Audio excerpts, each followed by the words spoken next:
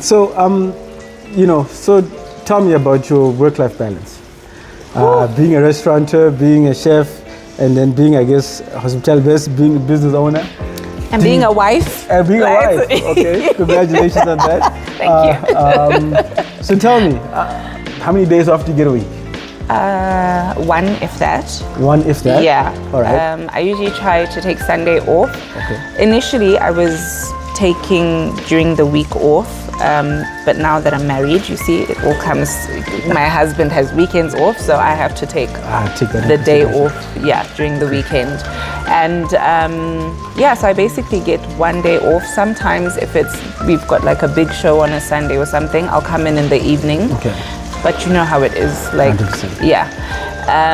But it does work out. It works out better from my old setup to this setup. When I was running Chez Zandi on its own, they're making noise. It's okay, don't worry. Sure. Okay. Yeah. Sorry. Running Chez Zandi on its own, like I had on my own. Yeah. It's like 14-hour days. Like 12 to 14-hour days most of the time, because you're doing breakfast, lunch, dinner. I would not take a day off every week. Obviously, it was like a lot harder. So now collaborating with my mom here, it's made my life a lot easier because we split like the duties.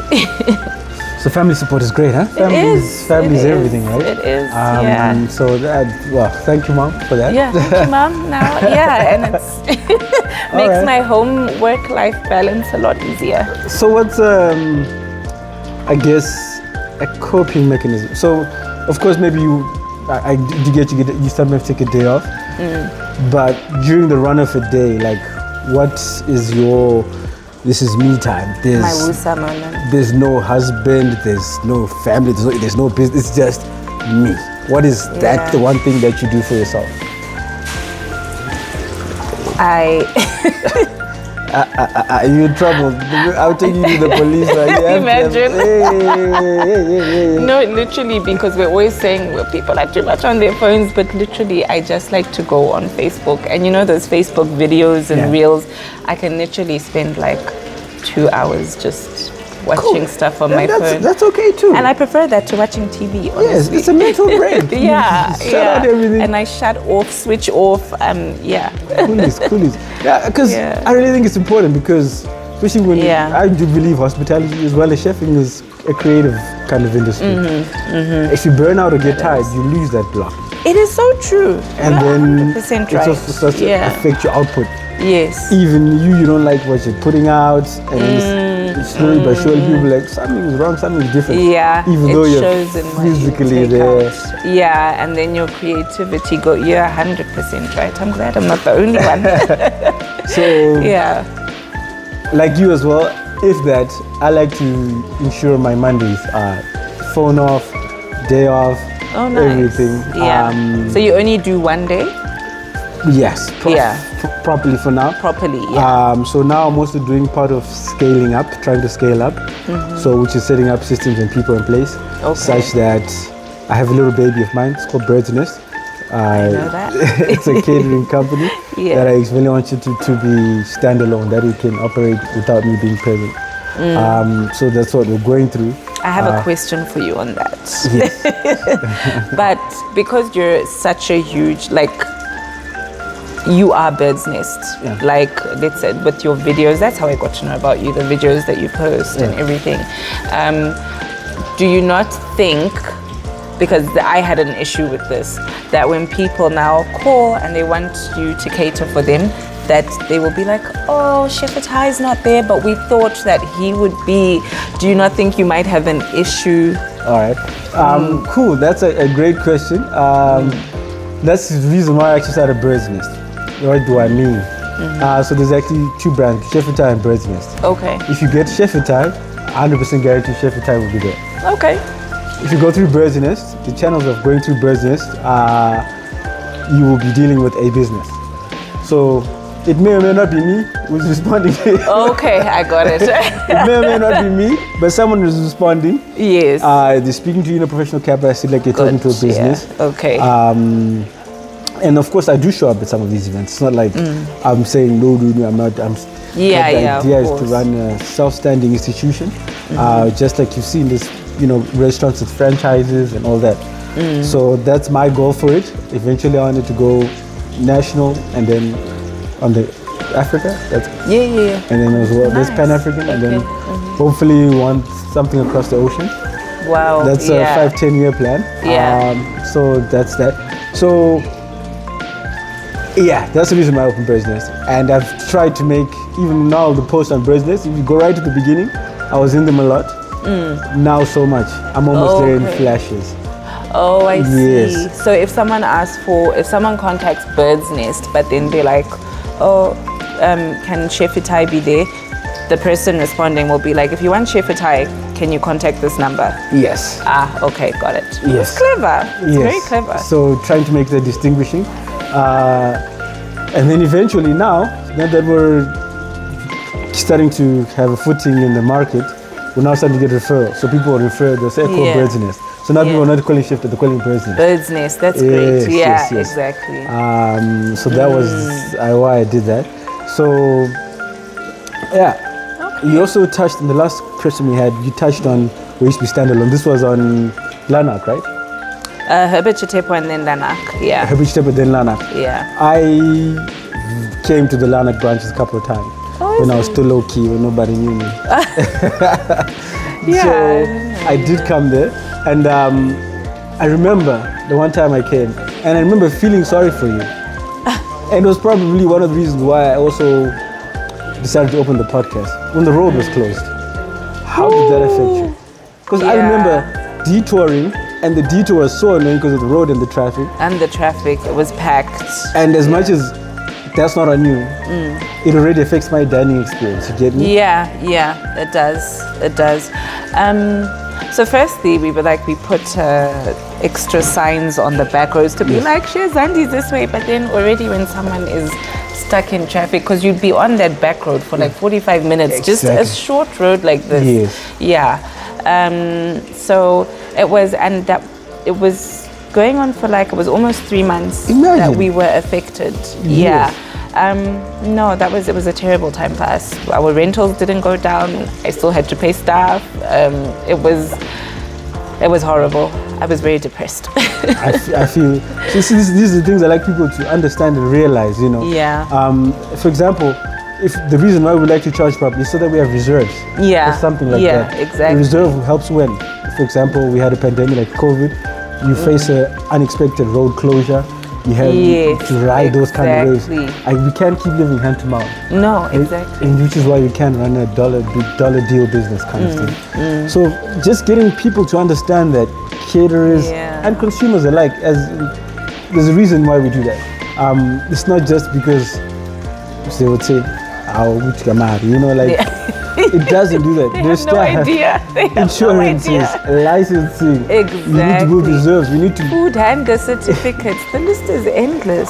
We need to get you new equipment so that you still feel like it's cool to come. Exactly. Plates break, glasses break, cutlery. People steal cutlery and salt and pepper shakers. Oh no! Let me tell you. Oh no! Oh no! You're like, how did you even? How? Oh man! Hand wash from the bathroom. The things people take. It's unbelievable. Coolly. So let's go on a lighter note. But remember, trust me, I was in your shoes. I was feeling for you that time. Thank you so much. I appreciate just it. know someone was feeling for you.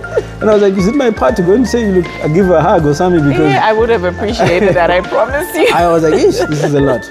But anyways. Yeah, but we made it through. We got through it. Well done. Yeah. I respect that. And and one thing that also helped, if I'm not mistaken, I think we shortened the menu. We ended up shortening our menu during that period because it was pointless to have like pages and pages of a menu when you're not getting the traffic. So fluid reaction, you're on the, on the case. That's beautiful to hear. So on a lighter note, you don't have to tell us, but what's your biggest boo-boo in the kitchen that you've done and you're like, even you look back, you're like, was that me?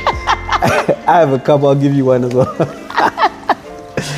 I have to think. Obviously, we made mistakes, but I have to think like, what was a boo-boo that I'm like? So I'll go first. So it was my first day working for. It was my first day after culinary school, working for a hotel called Four Seasons in Greece. So, you know, you're just nervous, everything's nerve-wracking, everything is so big, all these professional chefs, so you're just nervous. Yeah. So on this day, the chef was like, got a nice intern, he looks interested, he wants to know, let me make him blanch all the pasta. I was given, 40 kgs of pasta to blanch, different kinds of pastas to blanch. Yeah. I did my thing, cooked it al dente, I was proud and everything. And then when I was putting it to cool and rest, I forgot to put oil. Oh, so it all stuck together. 40 kilos of pasta. No. I'm telling you. That's a lot of pasta. Woo! So, yeah, that's one of my biggest boo-boos. Luckily, that chef, he has a policy, which I have now as well. When you're under training, it's the time to make mistakes and to ask. But if it's you only have a one mistake policy. Like, you can't repeat the same mistake twice. Okay, you can only got do it. it once. Yes, okay. All right? It's a good one. So, when he was asked who did it, I volunteered myself. I said I did it. Oh, your heart must have been like... It was a bit of both. It was a bit of, I didn't realize how bad my mistake was, as well as I didn't realize, you know. But luckily, very understanding chef. In front of people, he told me he just used it as a learning curve for everybody. Reminded everybody why we need to put oil in the pasta. He was happy it was cooked well. I think that's what saved me, to be honest. It was al dente, yeah. Yes. Okay. But yeah, so... Yeah. So it's safe to say, since then I've never forgotten the oil in the pasta. Oh, shame. Yeah. What was my... Well, I don't know. The only one that comes to mind, I guess, because you're also talking about when you first started. My first job, and maybe actually why it took me so long to then get a job in the kitchen again in Australia and just stick to waitressing, because I was so traumatized. My first job in the kitchen, I think I was in Australia, I'd been there for less than a month.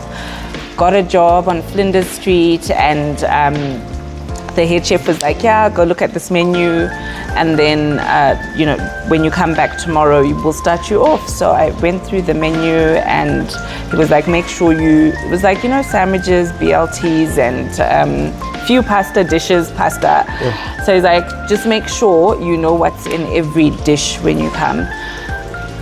When it got to the day, for the life of me, I could not remember nothing. He was like, okay, make this one. And I was like, what goes in that again? I was so nervous. And he was like, yeah, I don't think this is going to work out. I think I was there for 3 days. Oh, no. Yeah, it was terrible. But I think that's how we grow. Yeah, I get stage fright. I get nervous. See, just like I was saying to you, are we going to be okay? I don't know if I'm a nervous person. Cool. So in terms of your persona in the kitchen, are you lovey-dovey, talky?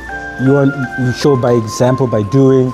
Are you mean? Are you loud? What would you say for yourself? So I'm very hands-on. I'm in the kitchen a lot, even now. 11 years later. I've had a lot of my chefs since almost the beginning, the 2 of them actually, and then 3 main chefs, but I like to be in the kitchen to make sure that the quality and the standards, because you know, people, if it's not really your passion, you tend to get a bit sloppy if you're not, you know, but I'm a bit of a biatch. I'm not lovey-dovey at all. Like if things are not going okay, the devil comes out. And you know, people always say to me, we can't imagine you shouting, but if you just come here during a busy service and you hear me in that kitchen, you'll be like, who is that? Really?